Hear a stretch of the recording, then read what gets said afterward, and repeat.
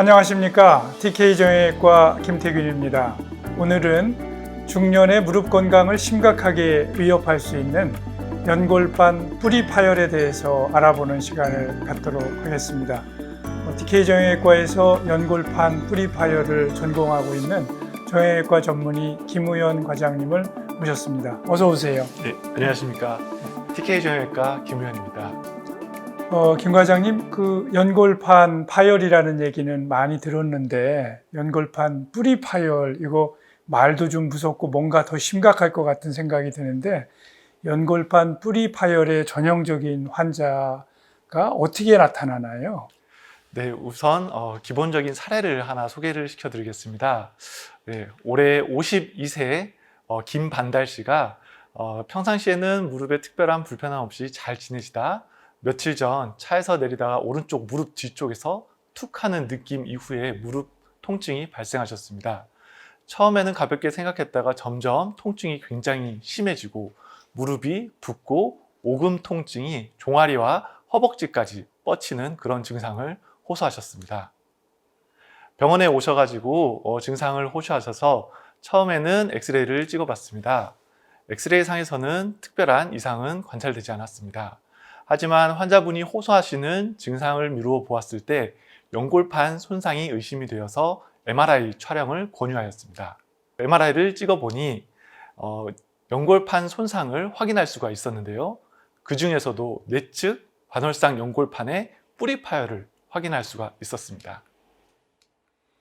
자, 지금 이제 연골반 그러셨는데 이게 우리가 알고 있는 연골과는 다른 건가요? 연골판은 무엇이고 어떻게 다른 건가요? 네, 이름이 헷갈리셔서 많이들 혼동하고 계시는데요. 우선 연골과 연골판은 다른 조직입니다. 먼저 연골은 뼈 끝에 있는 부드럽고 매끄러운 섬유성 조직입니다. 뼈 끝을 매끄럽게 보호하고 있어서 무릎을 구부리고 필 때 마찰을 줄여주게 됩니다. 이러한 연골이 망가지고 마모가 되는 것이 바로 관절염입니다. 그에 반해서 연골판이라고 하는 것은 허벅지뼈와 정강이뼈 사이에 끼어 있는 구조물입니다. 위에서 바라보게 되면 마치 초승달처럼 생겼다고 해서 이름이 반월상 연골판 또는 반달 연골판이라고 부르고 있습니다. 한쪽 무릎의 안쪽과 바깥쪽 각각 한 개씩 위치하고 있는 구조물입니다. 아, 그렇군요. 이 연골판이 무릎에서 어떤 역할을 하는 거지요? 네, 연골판의 가장 중요한 역할이 바로 뼈로 전달되는 충격을 흡수하는 건데요. 체중을 고르게 분산시켜서 연골에 가해지는 압력을 분산시켜 주어서 연골을 보호해주는 그런 기능을 가지고 있습니다. 또한 무릎의 안정성에 기여를 하게 되는데요. 마치 타이어 밑에 받쳐놓은 고인목처럼 무릎이 움직일 때 안정성을 유지해주고 관절 연골에 영양을 공급을 해줘서 무릎의 기능을 건강하게 오랫도록 유지하는 데 큰 역할을 하고 있습니다. 그래요. 연골판이 굉장히 중요한 역할을 하는군요. 이렇게 중요한 연골판이 다치게 되면 무릎에 어떤 일이 생기게 되나요? 네, 우선 연골판은 찢어진 형태에 따라 다양하게 나타나게 됩니다. 보통 형태학적 파열 양상에 기초하여서 파열의 깊이, 길이, 위치에 따라 나누고 있는데요. 그림에서 보이는 것처럼 수평으로 찢어질 수도 있고 종 또는 방사형으로 파열될 수 있습니다. 연골판이 손상이 되게 되면 연골판이 가진 고유의 기능, 즉 체중 분산이 원활하게 이루어지지 않아서 연골판 한 곳에 압력이 집중되게 됩니다. 이 그림은 연골판 압력을 나타내는 그림입니다. 파란색 기둥처럼 보이는 것이 압력이 높다라는 것을 의미하게 되는데요. 특히 연골판의 뿌리 파열은 연골판이 하나도 없는 것처럼 연골에 가해지는 압력이 한 곳에 집중이 되게 됩니다. 압력을 받은 연골판은 결국 손상을 일으켜서 관절염을 일으키게 됩니다. 또 이 표는 가로선은 시간을 나타내고 세로선은 무릎이 얼마나 건강한지를 나타낸다고 이해하시면 되겠습니다. 연골판 뿌리 파열이 발생하여서 봉합술을 받으신 환자분의 같은 경우는 시간이 흘러도 무릎이 건강하게 유지가 되고 있는 반면 연골판 제거술을 받은 환자분들은 일정 기간 동안 무릎 건강이 유지되다 이후 급격하게 무릎이 나빠지는 것을 볼 수 있습니다. 그에 반해서 수술적 치료를 하지 않고 놔둔 경우에는 시간이 흐를수록 무릎이 점점 망가지는 것을 볼 수가 있습니다.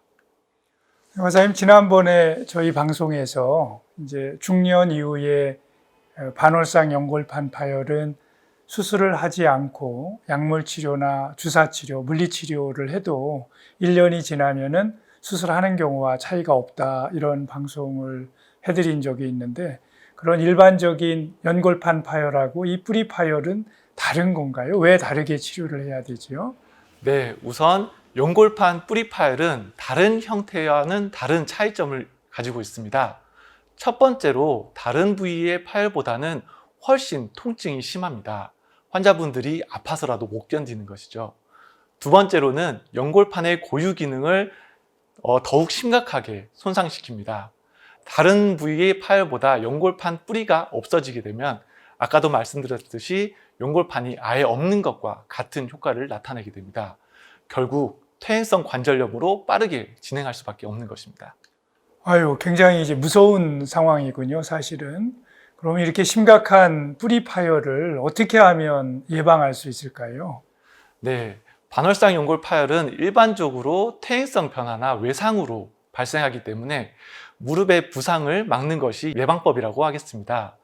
규칙적인 운동으로 허벅지 근육을 강하게 유지시켜줘야 되고, 운동하기 전 가볍게 몸을 풀어주어 부상을 예방해야 됩니다. 운동 사이에는 충분한 휴식을 취하셔야 되고요. 편하고 지지력 있는 신발을 신어주시는 게 좋습니다. 그리고 평소 스트레칭을 하여서 유연성을 유지하여 주시고, 욕심부려서 운동 강도를 갑자기 높이지 않는 것이 좋습니다. 자, 이제 이렇게 하면은 안 생겨야 되는데, 그래도 참 유감스럽게도 뿌리 파열이 생기는 경우가 있는데, 본인이 어떻게, 이런 경우에는 내가 연골판 뿌리 파열이 생겼을지도 모르겠다라고 의심하고 병원을 찾을 수 있을까요? 우선 연골판 뿌리 파열의 전형적인 증상을 알고 계셔야 됩니다. 무릎 뒤쪽에서 가벼운 툭하는 느낌 이후라든가 가벼운 외상 이후에 발생한 심한 무릎 통증이 있을 경우 꼭 병원을 찾아주셔야 되는데요. 이러한 통증은 특히 쪼그려 앉을 때 굉장히 심하게 나타나고, 통증 양상이 오금에서부터 시작해서 종아리와 허벅지까지 뻗쳐나가는 것이 굉장히 특징적인 증상이라고 할 수 있습니다. 이제 병원에 오게 되면 병원에서는 그러면 어떻게 이거를 확진을 하고 치료를 하나요? 이게 수술을 한다면 굉장히 심각한 결정인데, 뭐 의심만으로 진단을 내리지는 않을 거고, 뭔가 분명하게 진단을 해서 어떻게 치료를 계획을 세우게 될 텐데, 이 뿌리 파열 확진은 어떻게 하게 되지요? 네, 앞선 말씀드린 사례와 같이 일반적인 엑스레이상으로는 연골판 뿌리 파열을 확인할 수 없습니다. 환자가 우선 병원에 방문하시면 증상과 의학적 검사를 통해서 연골판 뿌리 파열을 의심을 해야 되고, MRI 촬영을 통해서 확진을 할 수가 있게 되겠습니다. 자, 이제 이렇게 진단을 내렸으면 그 다음 이제 치료를 해야 되는데, 어떻게 치료하나요? 이게 전부 다 이렇게 뿌리 파열이 되면 모두 수술을 받으셔야 되는 건가요? 아니면 어떤 분들은 수술하지 않고 좀 지켜봐야 되거나, 아니면 수술을 해도 소용없는 경우가 있나요? 한번 치료에 대해서 말씀을 해주시죠. 네, 연골판 뿌리 파열은 자연적으로는 치료될 수가 없기 때문에 수술적 치료를 먼저 고려를 해야 됩니다. 하지만 과거에는 수술 방법이라든가 수술 기구의 한계로 봉합술보다는 손상된 연골을 제거하는 수술을 주로 했었습니다. 하지만 연구해 본 결과 연골판 절제술은 결국 관절염의 악화를 야기하게 되었습니다. 하지만 최근에는 수술 방법의 발전과 수술 기구의 발달로 관절 내시경을 활용하여서 끊어진 연골판을 봉합해주는 봉합술을 시행할 수가 있게 되었습니다. 이러한 수술적 치료의 목적은 연골판이 잃어버린 기능을 되살려 주어서 관절염을 예방하는 것입니다. 따라서 초기에 정확한 진단을 통해 정확한 치료를 받는 것이 매우 중요하겠습니다. 하지만 수술을 하고 싶어도 수술이 안 되는 경우가 있을 수가 있습니다. 환자분이 가지고 계신 기저질환이 굉장히 많은 경우라든가, 이미 관절염이 상당히 진행된 경우, 그리고 옷자다리라고 하죠. 내반 변형이 심한 환자분, 그리고 봉합이 불가능할 정도로 만성적인 파열이 있으신 분들은 수술 치료보다는 주사나 약물을 통한 증상 조절을 하게 됩니다. 그리고 관절염이 심한 정도에 따라서는 인공관절 수술 또는 절골술이 필요할 수도 있습니다. 관절경으로 수술을 한다고 하셨는데 조금 더 어떻게 실제로 수술하는지 좀 알려주시겠어요? 관절경이라고 하는 것은 기다란 막대기처럼 생긴 카메라와 수술 기구를 통해 수술을 하는 것인데요. 무릎을 길게 가르고 들어가는 것이 아니라 작은 피부 절개만을 통해서 무릎을 들여다볼 수 있는 장점이 있습니다. 이러한 관절 카메라로 무릎 안 내부를 살펴보게 되면 연골판 파열을 이렇게 직접 확인할 수가 있습니다. 이렇게 찢어진 끝단을 확인하게 되면 실로 단단하게 이 부분을 봉합시켜 주게 됩니다. 이 실로 봉합한 부위는 정강이뼈의 구멍을 통해서 실을 앞으로 뽑아내어 정강이뼈 앞에 고정을 시켜주는 수술 방법입니다. 이 보여주신 사진을 보면 그냥 보통 봉합과는 다르게 실제로는 나무 심는 것처럼 뼈에다가 이렇게 웅덩이처럼 구멍을 파고 거기에 연골판을 딱 고정을 해주는 거라서 이 재활이 굉장히 중요할 것 같은데 어떤가요? 이 뿌리 파열 봉합 후 재활 치료 과정이 특별한 원칙을 가지고 해야 되는 게 있을까요? 네, 연골판 봉합술 이후에는 연골판 뿌리가 원래 위치에 잘 정착하기 위해서 약 6주간의 보조기를 착용하면서 목발을 짚는 것이 중요합니다. 그 이후 점진적인 체중 부하를 실시하고 무릎 관절 운동을 하게 됩니다. 평균적으로 약 3개월에서 6개월 정도 사이면 기존에 하셨던 운동을 할 수 있을 만큼 회복되게 됩니다. 이게 재활이 참 중요하겠네요. 이 두 가지 좀 질문을. 하나는 이렇게 재활이 중요한데 꼭 그 재활센터를 다니면서 하는 게 좋은가요? 아니면 집에서도 혼자 할 수 있는 건지. 이제 두 번째는 우리 생활에서 쪼그리고 앉아야 되는 경우가 많은데 아까 위험 요인에 보면 바닥에 쪼그리고 앉는 게 뿌리 파열의 위험을 높인다고 그랬는데 재활이 끝나고 나면 쪼그리고 앉아도 되는 건지 아니면 가능하면 피하는 게 좋은 건지 그 두 가지 한번 말씀해 주시겠어요? 우선 집에서 하는 것보다는 전문적인 프로그램과 충분한 시설을 갖추고 있는 재활센터에서 재활 치료받으시는 게 좋습니다. 그리고 두 번째로 쪼그려 앉는 자세는 다시 연골판에 재파열을 발생시킬 우려가 있으므로 쪼그려 앉는 자세는 되도록이면 피하시는 게 좋습니다. 그래서 수술 이후에는 가급적이면 의자에서 앉아서 생활하는 생활 습관을 기르는 것이 좋습니다.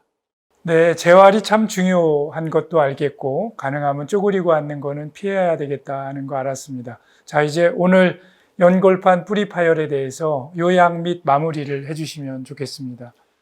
네, 중년의 무릎 건강을 해칠 수 있는 연골판 뿌리 파열은 다른 파열과 다르게 굉장히 심각한 결과를 초래할 수가 있습니다. 그래서 평소 운동을 통해 무릎 관리를 잘 해주시고 의심될 만한 증상이 있으시면 늦지 말고 병원을 찾아주시는 게 좋습니다. 그리고 정확한 진단을 통해서 정확한 치료를 받는 것이 좋고 수술뿐만 아니라 재활도 잘 받으시는 것이 좋습니다. 네, 고맙습니다. 오늘 아주 중요한 상황에 대해서 이렇게 멋지고 이해하기 쉬운 강의를 해주셔서 고맙습니다. 고맙습니다. 네.